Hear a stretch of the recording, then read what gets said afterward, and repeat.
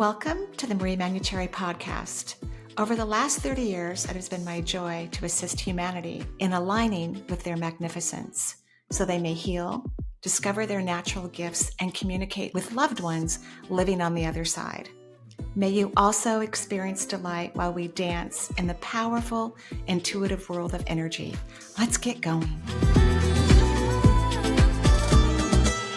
Hello, and welcome to Where Energy Meets the Divine. I'm recording my second podcast today. It is still November 6th, the day after the US presidential election. Very interesting energy. I will not bore you with politics. I know some of you like it. But I'm going to talk about the important, crucial next steps that all of humanity needs to be doing. And of course, that's not going to happen. Not all of humanity is going to be doing this that I'm going to be talking about for you. But we're moving into accelerated energy. We've already been moving into it, but it's going to move even faster. And this fast accelerating energy has a lot to do with our multisensory abilities, because in order for humanity to evolve, which is going to happen, we have Pluto moving into Aquarius. I mean, that's a pretty big deal. And it lasts for 24 years, some interesting situation like that. So Aquarius is a humanitarian planet. It's about technology. It's fast. It's fast energy because of the Uranus symbolism attached to Aquarius. And we've kind of looked at the humans on Earth who have become more intuitive, like myself. I opened up in the late 90s. And then there are many people who opened up before me. And there's people who have opened up since me. But that's where the acceleration is going to occur, is in the opening up. And if you listen to this podcast and others, people want that. They want that for themselves. They're almost desperately looking for it, trying really hard to allow themselves to have psychic abilities, mediumship, healing abilities, which actually can all be packaged into one package, or someone could simply channel in one vein of that. It doesn't really matter. What really matters is what makes you happy. But what I want to truly talk about today is the art of detachment. Because if humans continue to allow their external situations that they don't like or enjoy, or even, let's say, the results of the most recent presidential election, as long as you continue to allow external aspects to bother you, it's going to be challenging to evolve. It's like that multisensory opening for you, which is there for you, is going to get smaller and smaller and smaller. Doesn't mean it can't turn on like this, but let's talk about how to accelerate with the acceleration. So what does detachment mean? It means literally that you don't become distracted by things that you don't enjoy talking about, that don't feel good to you. They're not a part of your life experience directly in the moment. And one of the best ways to detach, because there's many ways to detach. You can ignore something. You can figure out which one of your human sensory perceptions are the strongest. Like when you walk in a room, do you walk in the room looking at walls and paintings and carpeting? Do you walk in feeling the walls, and the people in the room? Do you walk in listening to the space? So if you can determine which one of those things that you do, then you want to allow your physical sensation to focus on the positive. So you want to feel the positive things in the room. You want to hear the positive sounds in the room. You want to look at the beautiful things that are in a room. But probably one of the best forms of detachment is to actually find something about what you wish would go away, or you wish had never happened. Find something about it to love authentically. When we look at the sixth layer of the auric field, the phrase that's most commonly used in this field is "we are all one." And in order to really grasp the vibration that we are all one. That means everyone is an irreplaceable being of the divine. Everyone, no exceptions, everyone. So if you can step into that energy for even just a second, maybe a second a day, then try 3 seconds, then try 5 minutes. Okay, that was a big jump. Maybe a minute, then go to 5 minutes. You're going to move into seeing, feeling, hearing, into the multisensory realm. You're going to start to have psychic experiences because the creative force that we all are a part of is non-judgmental, is unconditional loving in every situation, in every circumstance. That's why religion isn't helpful. It doesn't help humanity, and as humanity evolves, religion becomes smaller and smaller and smaller because it's not helpful. It talks about things like, in some references, an eye for an eye, or that God is mean and will hurt people, and that there's a hell, which I've never seen. I think the only hell that exists is a place like Earth. And I happen to love Earth. So I think the hell can also be some internal relationship you have with yourself. That's probably the deepest form of hell anyway. An unhealthy internal relationship with yourself. So as we keep expanding and we're accelerating in this expansion. So, I opened up in the late 90s. So did some of my colleagues. And then of course there were people that opened up before us. And so it seems like, there's just like these few people, that have these abilities, because we happen to have careers in the field of the multisensory world. And if we happen to be good at our careers, then maybe some people know who we are. But there's a lot of people too that don't have professions in the multisensory world, but have full access to these abilities as well. But they choose not to teach or write about it, but to use it for their personal experiences. And that's really what we all are meant to do anyway, even if we have a professional career in the multisensory world, which means to hear, see, and feel while you're in the physical form beyond the veil, and utilize it in profound and amazing ways that could be beneficial for others and bring you great joy. Because you should only have a career path that brings you joy. So you do need to know as an individual what the feeling inside your body is regarding joy in relationship to yourself. So it's something you have to try on, something you have to experiment with. So this acceleration, we are here. We are here at a moment where humanity is accelerating. That means we're moving faster. We're evolving quicker. So the multisensory world is much closer than it used to be. It's more accessible than it was even from the time when I opened up into my own abilities and fulfillments. So you want to be prepared. You want to be ready now. And so when things come into your space that make you extremely sad or angry, or you can't imagine that certain things are happening in the world or in your life, those are opportunities for you to learn detachment. Because if you're not going to detach, you're going to slow yourself down. You are going to create barriers to your more evolutionary path, to the consistency of this movement that you want to experience on Earth in a human form, connected to the divine. That's what you want. And I know, because of what just happened, at least in the United States, but other parts of the world too, that it's going to feel like that's an impossibility, and it's irresponsible. Like you have to learn how to fight more. You have to figure this out. You have to heal it. I don't recommend that. I don't think that's in your best interest.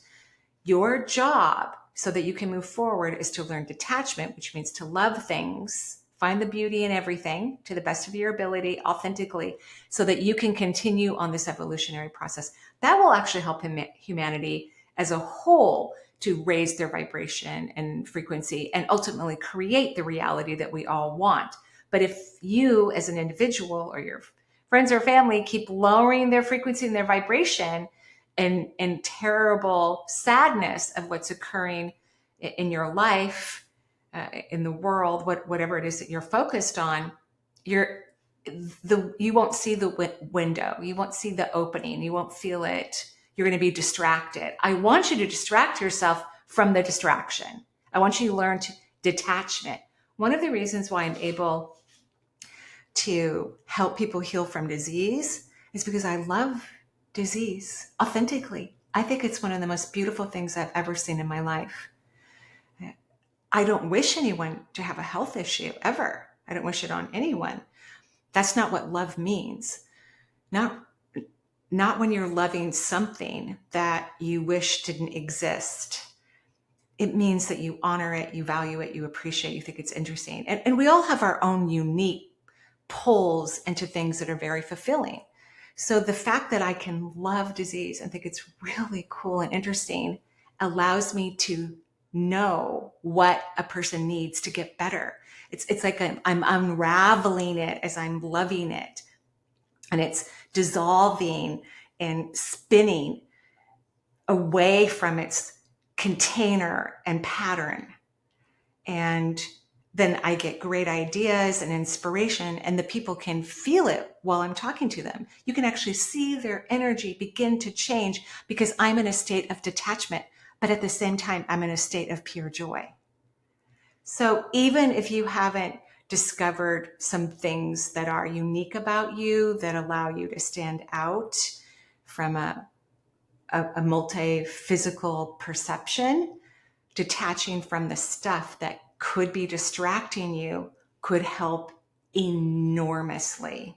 Not only to experience the window so you can dive in it and allow yourself to explore the wonders of worlds upon worlds upon worlds. That gives you tons of information. This is why a lot of spiritualists don't talk about the problems of the world, because they don't have the same vision and perception that everybody else has. They have a very different perception. And most of humanity isn't ready to understand that, doesn't want to understand it, and gets mad at them when they speak about it. And some people care about that, so they don't share their perceptions about it. So I'm inviting all of you to learn the art of detachment. Yes, you could ignore things. You could not turn on the television. You could turn off the radio. You could meditate more. You could go on beautiful walks. You could learn to be present. That's a wonderful form of detachment.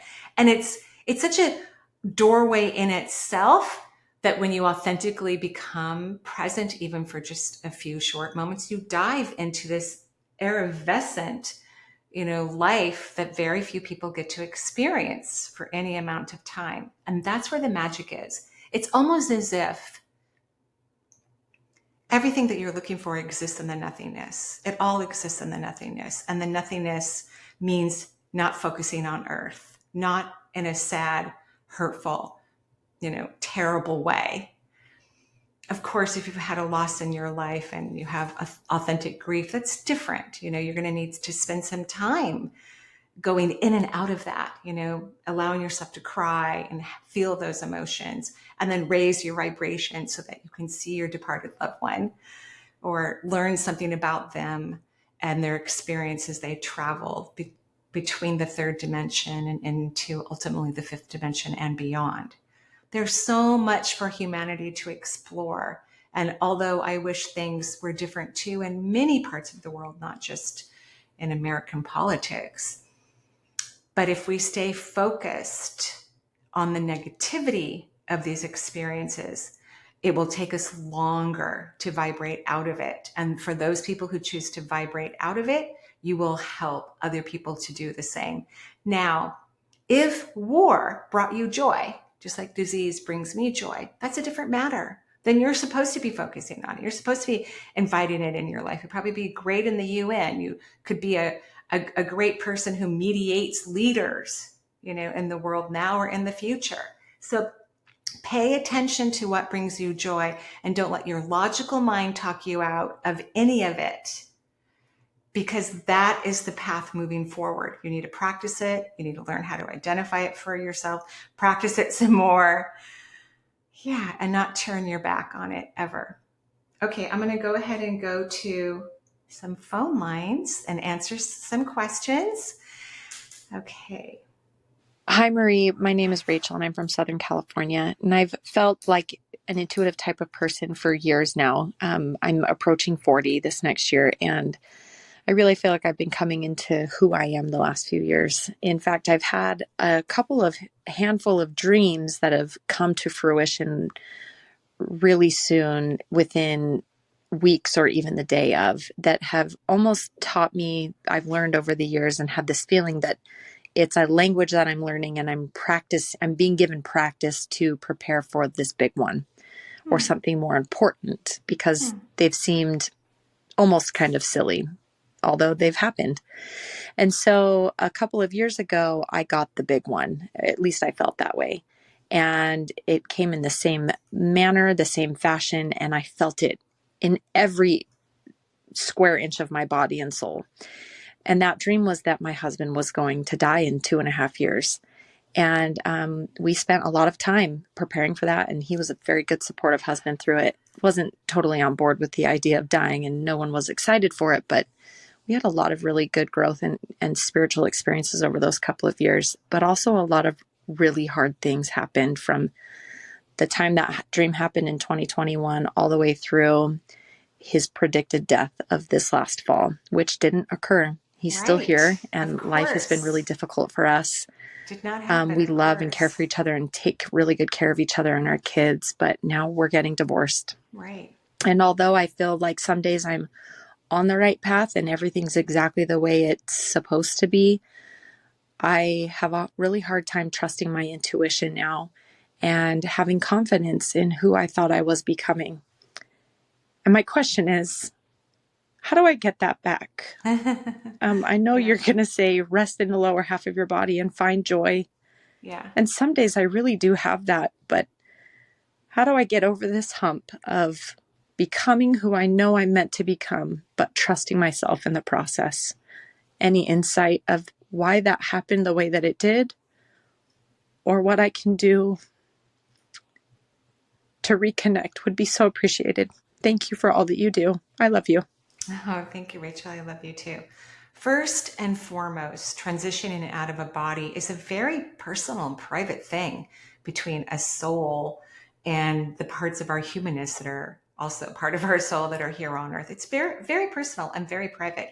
And dreams, typically for most people, are about working through stuff. So I think your dream was about your divorce, which is a death in itself, but not your husband's death. Yeah, not your husband's death. So predicting when someone's going to die is kind of tricky. And remember, the universe communicates with great joy and great happiness. We had a family friend that was ill, and this was over 30 years ago. And he hadn't been diagnosed yet. He was changing, finding new doctors. I was a young nurse. And one day my family was out of town. I was wide awake. I was not asleep. And I felt as if I was started to levitate in the living room, as if my feet were off the ground. I felt warmth. I didn't know. No, I was an intuitive at that time. I would have unusual experiences maybe once every couple of years at that point. And I felt incredibly surrounded by love. And I was told in great explanation that our friend would die in probably in about 6 months, which is exactly what happened. He passed away in 6 months. And I was told I would even be there the day he passed, which is true. I was there the day he passed. I was at the hospital meeting all the other wives for lunch. We were going to meet in the cafeteria, and I was running late. So I went straight to his room and actually alerted the staff that he was doing end-of-life breathing. So I don't think your dream was a precognition. Well, obviously, you know this by now, of your husband's death. And again, that's a private thing. And a lot of times when we're really close to people, sometimes it doesn't matter how intuitive you are. You're not going to get that type of information because you're going to have a lot of, you're emotionally involved with these people. And so you're not going to necessarily know that someone's going to die that you're super, super close to. I mean, you could, but many people who have strong intuition don't know that a dear loved one is going to cross over, right? It's as if they don't want to know. So they're not going to let that in. I think you need to work on your intuition and not focus on the dream world. For a lot of people, it's really about psychology. When you're having your dreams, you're working out stuff. Like I think you were finding out a different type of death. My brother once had a dream that he found his children murdered, and he called me and we talked. He knew it didn't mean the what he experienced. Dreams are, because they're about psychological unraveling and healing, and they're very esoteric. They're very unique and different for everyone, but they have kind of a healing component. We talked about what he really felt when he was in the dream, and he felt like there was a loss, but he didn't feel the fear of their death. And it turned out his kids were, of course, they were about to move out of the house. They were becoming adults and they were moving on, and he was feeling it and he was processing it through his dream. So when we have a dream and it feels really, really real, I wouldn't go about sharing that with others until you've really, if you think that it's about someone else or something, until you've really worked with yourself about it. What does this really feel like? Could this possibly be some psychological thing? And again, most people are, some people, sure, but most people are not going to know about the crossing of their dearest, most loving, most beloved pets. I had a cat named Shadow, and I used to be a cat person, so I've had a lot of cats in my life. He was this big, burly, husky cat who was a really good hunter. He was indoor and out. And he was 13. I looked at him one day, but it was the day he got sick. I didn't know before, and I wasn't intuitive at that time. I had a full busy practice, but it was one evening after work. I looked at him and I could see he was having difficulty breathing. I had no idea at that moment, before that moment, that something was wrong with him. Nothing had occurred to me, no dreams, no nothing. Of course, I took him to the emergency vet, and it turned out he had an enlarged heart. And of course, they want to do like open heart surgery. I'm like, yeah, I talked to Shadow about it. He was like, no, just let me go out in the woods, which I did not let him do. I did not let him go out to the woods to die. I put him on kitty cat hospice in the house. And, after a period of time, he, with a lot of love and energy work, he left his physical body. So how do I help you to get, well, first of all, I just think it's going to be very different. I think you look at intuition too seriously. And you need to, in my opinion, find a playful way to start dancing with the universe. So you can find out how you connect, how you absorb knowledge, so that you can sense its accuracy. And I would play with it for quite a while until you feel really confident about your accuracy. So I think you need to make it extremely playful. That's what I think. Okay. Have a good day. Hello, Marie. This is Amy from Alberta, Canada. I've always had some connection to the multisensory world from the time I was a young girl, actually. And it led me eventually to a teacher that I had a beautiful connection with and helped me to explore all different avenues. She's since passed. I was a young person then. And at the time, I had a hard time reconciling that with monetary side of things. And I was young, and I felt a message from Spirit that it was okay to leave this for another time, and that it would come back to me later. So now, fast forward, I've not that I haven't always been active with that in my life, but now I have adult children. I've married and divorced. I've been having a successful career, brought me lots of growth and abundance. Yet here I am now, and that definitely feel on the precipice of a new stage, and would like to realize some more fulfillment on that front, and step out of this high high performing work into something more spiritual. And so my question is for you, can you see that timing is as I suspect, and do you have any advice and what you see for me there? That would be great. Thank you so much, Marie. Bye. Thank you, Amy. And yeah, it's always okay for you to do whatever you want. The universe believes in free will. It is the strongest law in the universe. So if we go, well, I don't want to do that right now, the universe goes, okay, great, that's fine. So I think the timing is good. You need to work on your vibration and your frequency, because remember, the multisensory world vibrates much higher than where the majority of the human race vibrates. And so people who have effective, accurate connection to the multisensory world vibrate their energy at a very high level. And if I were to measure it, and I do measure it often for people, let's say if we were to measure it from 0 to 100 and you really need to be at 75, you're at 50. So you just need like 25 more bolts of energy or 25% more, however you want to numerologically look at it. You need to raise your vibration 25% more than where it is now, and leave it there consistently, which will allow you to stop thinking and analyzing and processing, because people can't imagine how they're going to step into the next phase of their life and moving into the multisensory direction, which is what humans need to do to move forward, to evolve, which is happening. It's happening. That's why there's so much pullback of the old guard. We're moving into the feminine divine energy, which has a very strong intuitive bent in it.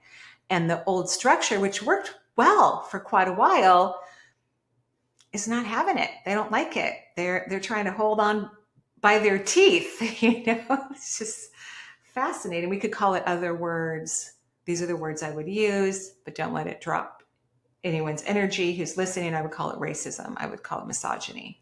That's what it really is. But on a higher level than that, it's fear of the unknown, fear of change, fear of, a lack of dominance and control that has been going on for hundreds, thousands of years. So you need to get your vibration up. And so I can't see what's next, right? Think the timing's right? Yes. And it's not because I can't see it.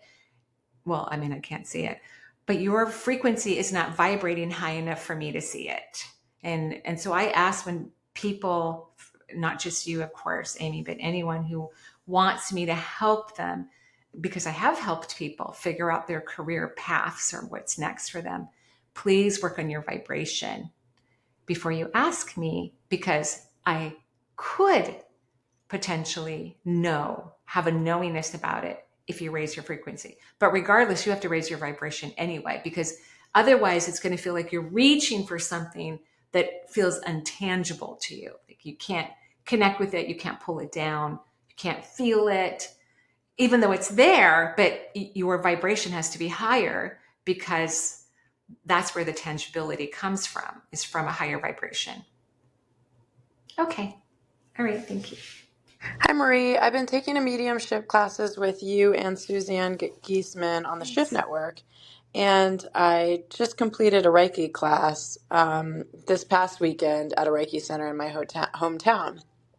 During this Reiki class, the teachers were very focused on spirit attachment and protection from spirit attachment. Crazy. During the class, I was laying on the practice table, and the Reiki teacher said that he thought I had a spirit attachment, and he kept asking me if I would look into his eyes, almost as if I had a demon in me.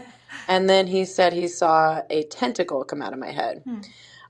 So I was really thrown off by this, because you and Suzanne don't talk about this in your classes. No. And I'm really curious what your opinion is on this. And then my other question is if you're going to be doing any more Reiki retreats. I am. Because I saw you had one this past weekend, and I'd like to attend if you're doing any in the future. Thank you so much. Thank you, Lauren. I'm sorry that happened. So annoying. I wonder if you ended up coming No, you said it was past Lake Wind. Yeah. So right now it's November 2024. I will be teaching a Reiki workshop in May of 2025. I know it's not on my website yet. It's slightly complicated, but if you leave a message with Caitlin, my assistant, she will put you on the list. And as soon as we put it up, which may be closer to the end of the year, then you can register for it. So sorry that happened, but I'm happy you took Reiki. It is my favorite modality. I think it's quite powerful. Some people are still part of some really old school of thought that I never bought into. I never saw it, never made any sense to me whatsoever, which is these entities and possessions or, whatever. I have seen tentacles though once. I'll tell you this story. Right around the time that I was having my opening, so late 90s, I was at a dinner party with, I was married at the time. So all the men were Middle Eastern and all the women were American. Well, except for the host. The hostess was also Middle Eastern. And we were graciously invited to the home for dinner. Beautiful food, great conversation, having a lovely time. And the end of the meal, as predictable, because this was kind of a old school dynamic in relationships. All the men went outside to smoke cigars and, maybe drink something. I'm not sure. So the women were having tea and we're sitting there talking. And the hostess, who, interesting enough, when I was my children's father, had wanted me to become really close friends with this person and it really encouraged me to become friends. And I just didn't feel it. I wasn't as direct and strong as I am today. So I didn't really communicate with him. I just kind of, I didn't really say much about it. So we're sitting at this, after dinner, having our tea, and there's a lot of gossiping going on and really, lots of that kind of energy. And I see from the hostess, who's kind of stirring the pot a little bit in terms of the gossip, I see these tentacles like octopus arms coming. They were hers though. It was her energy coming out of her body. And as every person began to become kind of alarmed in the drama of the conversation, and so then they would go into a little bit of fight or flight and release some epinephrine or norepinephrine from their bodies, her testicles would pull in the energy. And I wasn't scared at all. Really, nothing about the energy world has created any fear for me. It's the complete opposite, actually. I'm just watching, eyes wide open. And as the tentacles started to come towards me, it's like they knew I could see them and they retracted. So that particular person, and this is not about you, but I just, since you brought it up, that particular person was doing vampire energy, where people who tend to take energy from others that is expelled through drama in particular. In fact, they usually instigate the drama. They don't know how to run their own energy system well. They don't know how to receive well. It could be they had, traumas in their childhood and previous lifetimes. And so they create excitability in others so that other people will release a form of energy, not the best form of energy to run in one's body, that fight or flight response, not the best. And it's a temporary fix for them.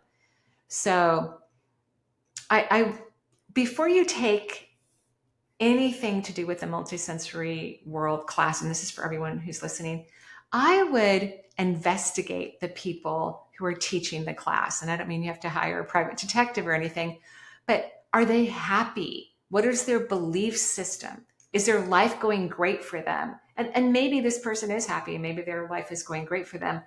But to talk about protection and entities is a really, really old, low vibrational aspect of healing. It doesn't exist, not in the way this person described. When beings leave Earth, it would be boring for them to hang out with the human realm and create havoc.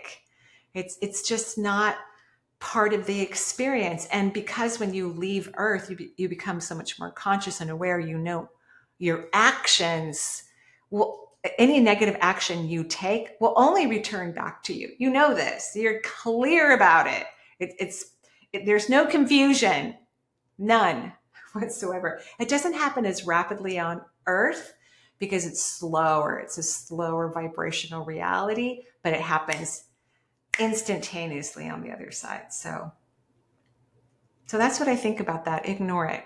I think the tentacle was cute and made me lead to this other interesting tentacle story, but no, I wouldn't pay any attention to that. Okay. Hi, Marie. This is Zaloa from Spain. I am very grateful for your podcast, and I'm learning a lot from the answers.